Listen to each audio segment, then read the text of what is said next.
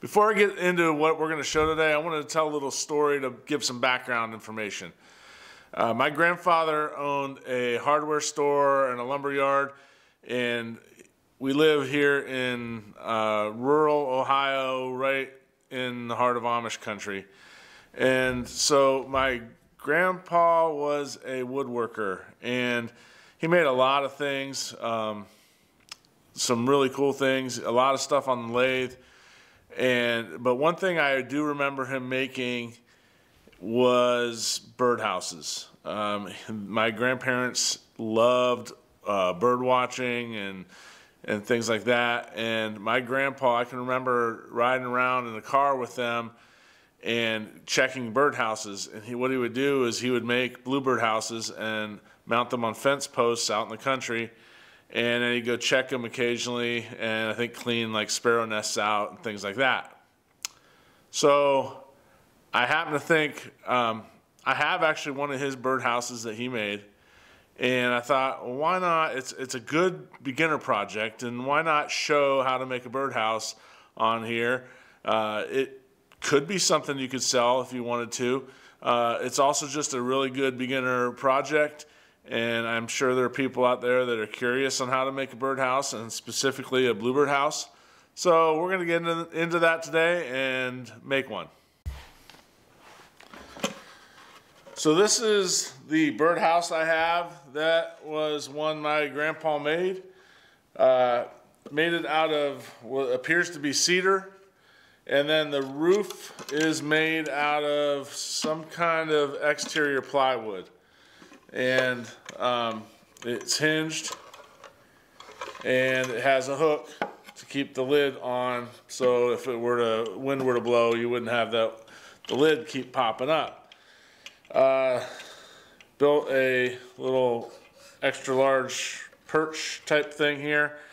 I'm not sure if there's a reason for that. I have done a little research and read that you aren't supposed to create perches because it just gives a predator a place to get in. But this is a lot bigger. It doesn't have the like ridges, and this part is actually part of the hole, so I don't feel that that would be an issue. A few other features. He cut angles on the corners. I'm sure that is just for detail and design.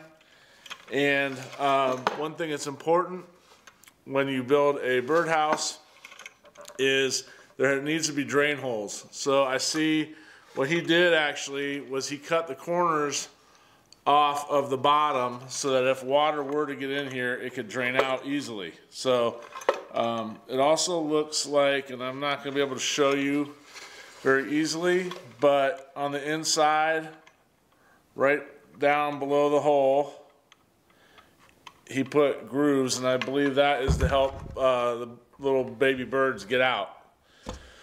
One other thing, the lid, if you look at the front, I'm not sure if you can see, but there are air holes right here, and that just helps with air movement. It's definitely good for the birds from what I've read, and so he had that built into it as well. So that is kind of what it is. I'm going to take measurements of this and start cutting it out. Now, I actually don't have any cedar on hand. We're going to make it out of pine just for demonstration purpose. I recommend getting some kind of exterior wood that is decay resistant. You don't really want to paint these if you don't have to. It's best if they're a natural wood color, and you don't want something that's going to rot. So I would recommend like a cedar or a redwood. I know that white oak is somewhat decay resistant. You could maybe use something like that as well. I just probably wouldn't use pine, just normal pine. And I don't know that I'd use plywood, although this I'm sure is some kind of an exterior grade plywood. So we're gonna get started on this and show you how to make it. I got on the internet and I looked up the specifications for a bluebird house, and what I found was the one my grandpa was making was pretty close to what is recommended. The only main difference is that the height of the hole off the floor of the birdhouse, his was a little bit too low. And so I'm going to raise it up an inch. So I'm going to make the length of my sides and the length of my front an inch longer. That should remedy that. And who knows, maybe it'll help prevent those pesky sparrows from taking over the birdhouse and not allowing the bluebirds to come in. So hopefully that little tweak will actually improve it.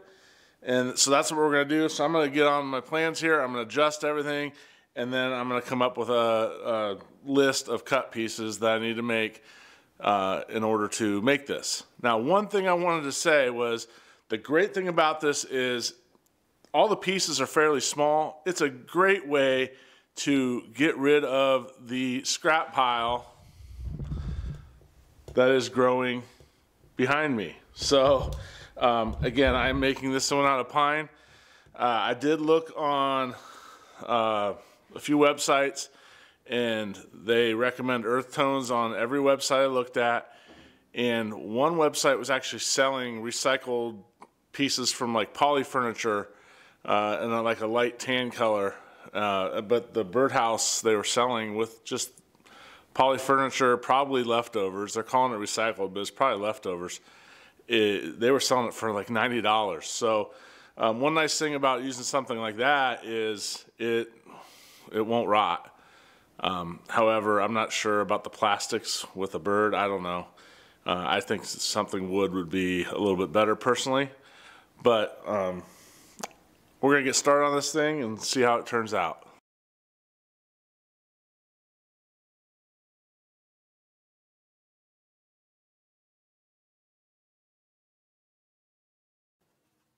I've pre-cut all the boards to the correct width, and we're just going to cut the lengths here. So this is the sides. There are two of them, so you're going to make double. But the front edge is 8 3/4 long. The back edge is 11 3/8. We make both marks, and we just take a square and connect the two lines. This comes to about a 22-degree angle, so we're going to go to the miter saw and make that cut. Next, we're going to cut the front. Now, keep in mind, this is 8 1/4 inch long, and the difference between that and the sides is due to the air pockets that we want to create so that air can circulate through the house. The back is going to get cut to a 17 3/4 inch length and a 5-inch width, and we're going to go to the miter saw and make that cut. After cutting the back to length, I angled my miter saw to a 45-degree angle and measured in 1 inch from the end, and I just cut the corners off to give it that little detailed look that we have.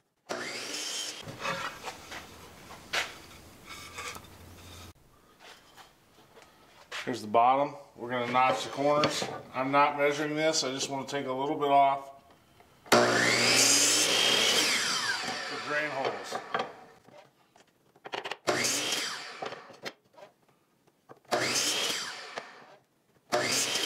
So as you can see, we now have a back. We have two sides.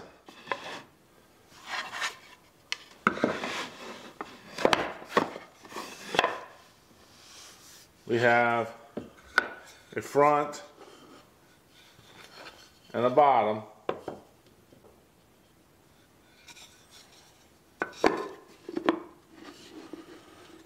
So now we're missing the top, and I gotta get this extra piece that's on the front of here, and I have to drill the hole. And one thing you could do is use an exterior screw or exterior glue in addition to the nails.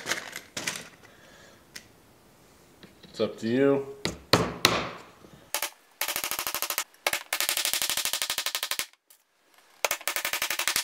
You could also use exterior screws.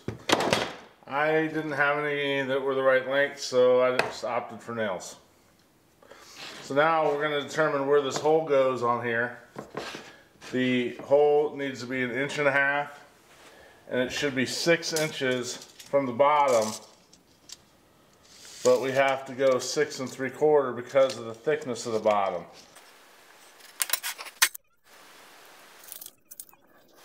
That should be my center. Now I'm going to go to the drill press and drill this out. So just a few pointers here with a drill press. It's always good to have a board underneath whatever it is you're drilling, so that you can, when you drill through, it doesn't splinter out the bottom side. The other thing you want to do is you want to clamp your board down to the table. And this is just to prevent it from spinning.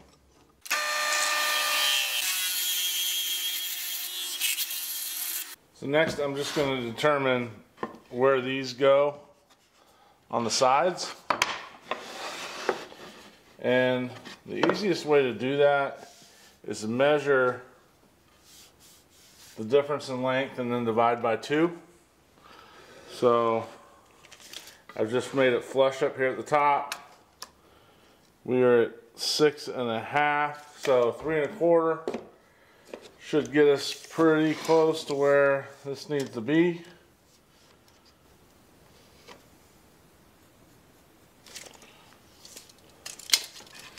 And same thing here.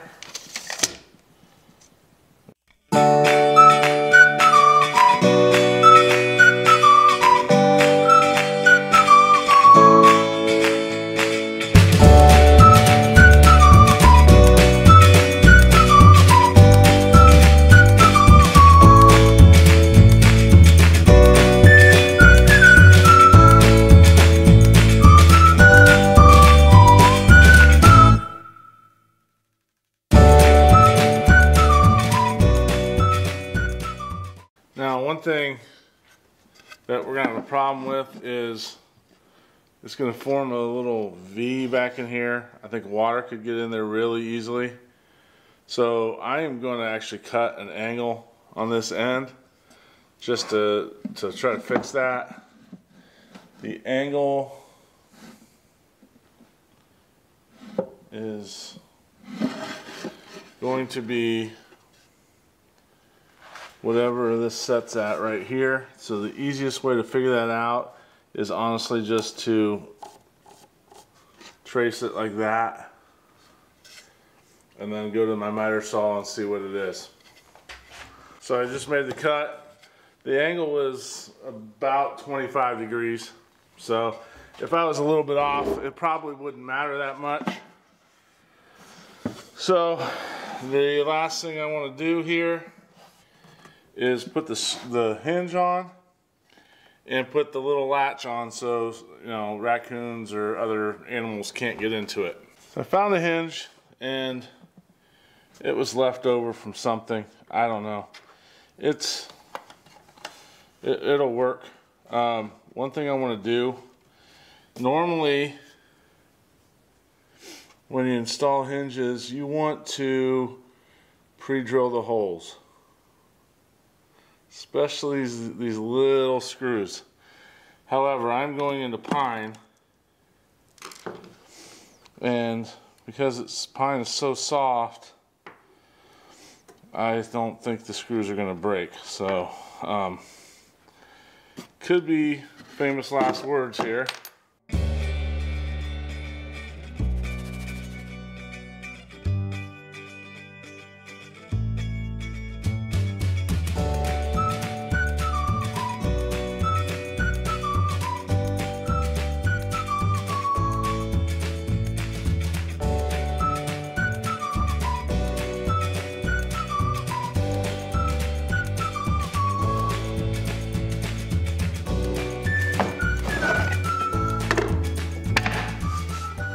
Okay, the last thing to do is to put a little latch on here. I'm just going to drill that out to make it easier.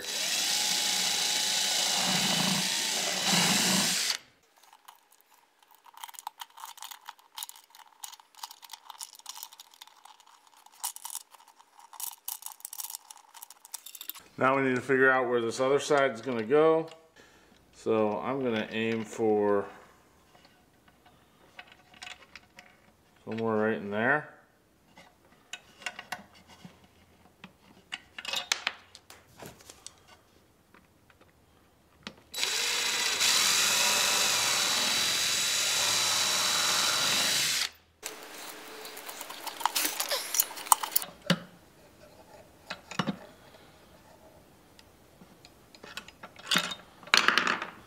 See how that is.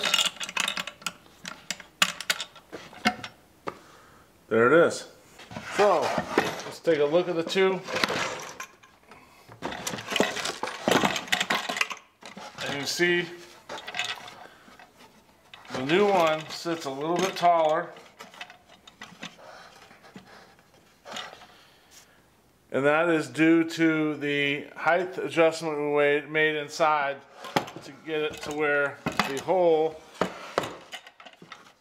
is a little bit higher from the bottom than what the old one was. So we're about an inch higher. I had to extend everything up a little bit in order to account for that. That is made by the specifications I found online. In the description below, I will post the measurements for each piece, and I'll also put them on the screen, which you've already seen by this point, just for your reference. And I'll even throw in some of the specifications for some other birdhouses that I found, like a wren house, the size of the hole, and things like that. I can put that down in the bottom too, in case you wanted to build a different type of birdhouse. These are an easy beginner project. It's not even screws, it's nails. You could cut everything by hand with a handsaw if you wanted to. You wouldn't even need to use a power saw. And it's fairly simple to build. So I hope you learned something. Thanks for giving me a moment there in the beginning to talk about my grandpa and kind of his inspiration for this. Hopefully you enjoyed that. Check these videos out at the next screen, and we'll catch you next week.